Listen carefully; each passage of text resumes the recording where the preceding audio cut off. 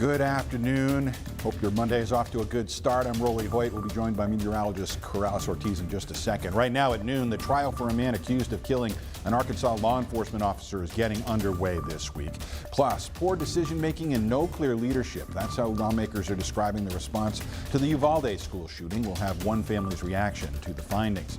Is it better to let your vehicle idle or park and restart it? We're verifying a car claim a little bit later. And 3 diamond hogs headed to the bigs. We'll tell you where they are headed coming up. But first, buckle up for another week of intense heat. Meteorologist Corrales-Ortiz has promised. There's no relief anywhere is what I'm trying to grasp at the straw right now. And sadly, there isn't. We got some brief relief last night with some of those rain showers. I know we definitely needed that, but today, besides a stray shower or two, it's just going to be as hot. We're continuing a streak of several days of highs above the mid-90s. Right now we're sitting at 92, sunny skies. It's a little bit sticky out there. Our highs will be around the mid to upper 90s across much of the state, meaning we're about day 8 of a heat wave that we've been dealing with since at least July 11th. And like I mentioned, we do have some chances for some rain. Heat advisory in effect this afternoon and evening for much of central Arkansas and southwestern portions. But look, it looks like an excessive heat warning has actually been expanded to portions of West Arkansas around the Fort Smith area there. It's a good idea of how hot it's going to be. Our afternoons ahead, look at that. Every single day this week, likely seeing highs in the triple digits, likely the hottest stretch of weather in the season so far for us. So more details on that forecast are coming up.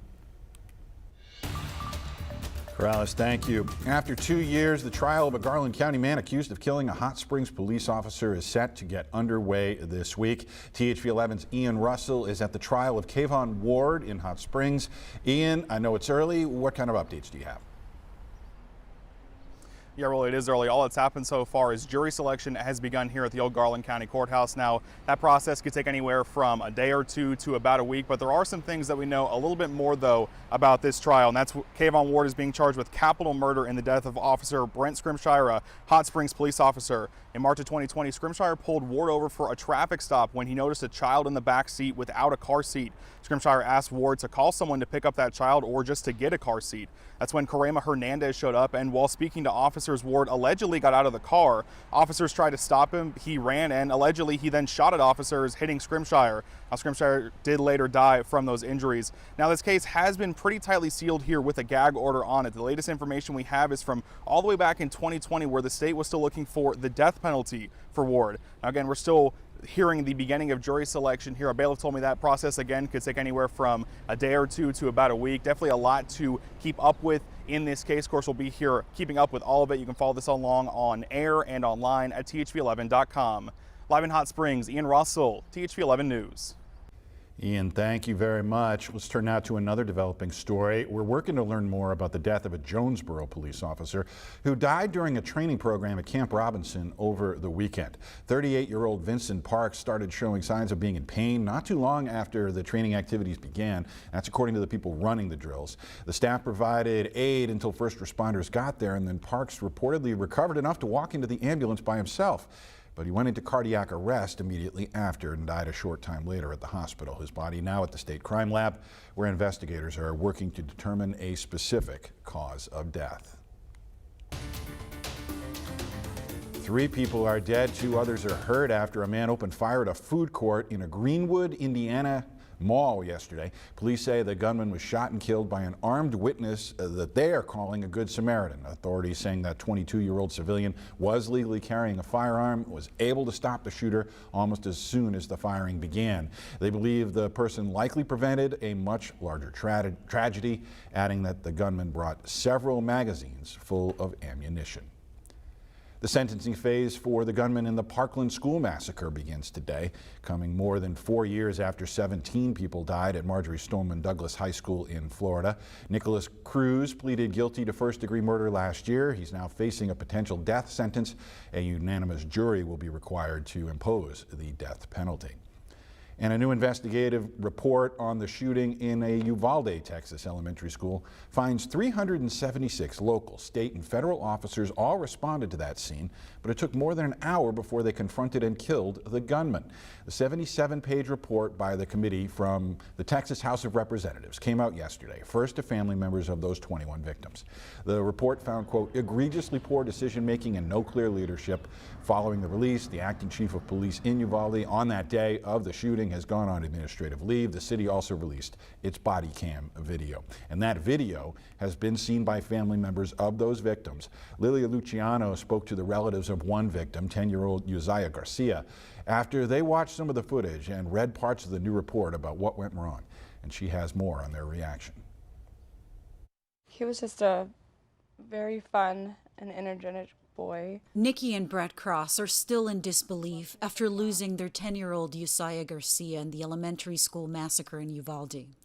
He was their nephew who lived with them, and they considered a son. I'm seeing over here the report from the committee. I assume, Brett, you've gone through it. Did you learn anything? What impressions did you have? The police failed us. The school system failed us. Those failures costed our son his life. And to just sit and watch and see them sitting in the hallway, not making any attempts. We shouldn't have had to have 21 funerals. We should have been having a parade for the fallen heroes that took care of our babies. I don't know. After reading some of the nearly 80-page report highlighting inaction and confusion by an armed force of almost 400 responding officers, the Crosses are calling for accountability. I'm glad that it's coming out so that we can see all the failures, but I don't know if it's going to help because nobody is taking accountability. I don't say this very much because it kills me, but Uzziah wanted to be a cop. He wanted to be the one thing that failed him. This was his favorite color too. He loved red. To honor Uzziah, the Crosses made a memorial at home, built with some of his favorite things. Some that were returned by the school, like this water bottle with his name bearing the indelible markings of the last moments. So right over here, put one of the plaques that were given to us. I don't think we ever get out of the feeling that this could just be a bad dream that we're having, and that tomorrow I'm gonna wake up and it's not gonna be true. Lilia Luciano, CBS News, Uvalde, Texas. Masks are now required in one of the busiest summer hotspots here in Arkansas, Hot Springs National Park, reinstating the mask mandate over the weekend. The National Park Service says it's following CDC and state health authorities due to the rise in COVID-19 cases in Garland County.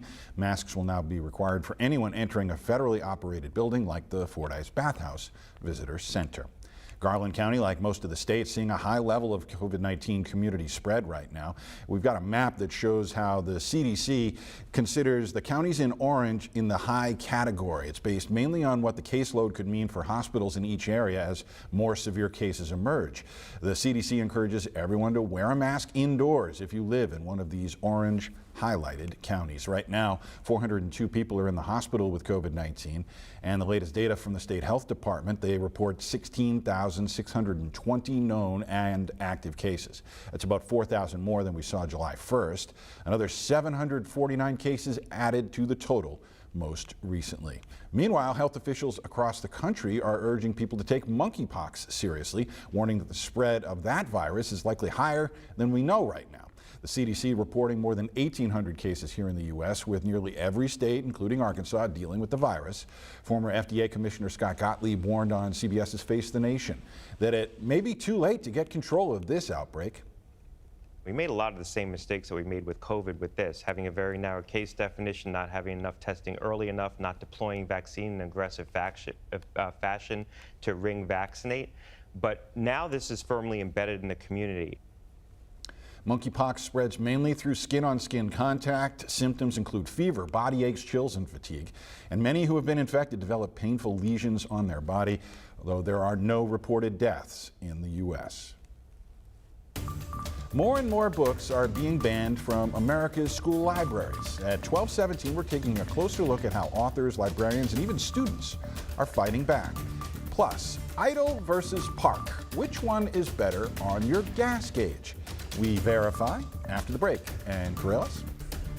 Well, extreme heat is likely this week. I know it's hard to believe. We've already been stuck in this heat wave for the past week.